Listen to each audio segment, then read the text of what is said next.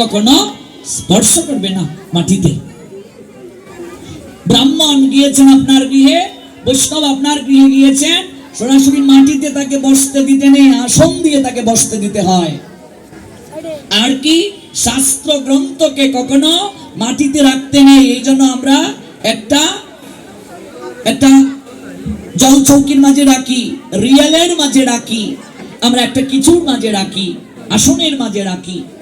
আর কি শঙ্খ সরাসরি মাটিতে রাখতে নেই, এই জন্য শঙ্খ রাখি আমরা ত্রিপদীর মাঝে, দেখেছেন তো। আর কি আর মনে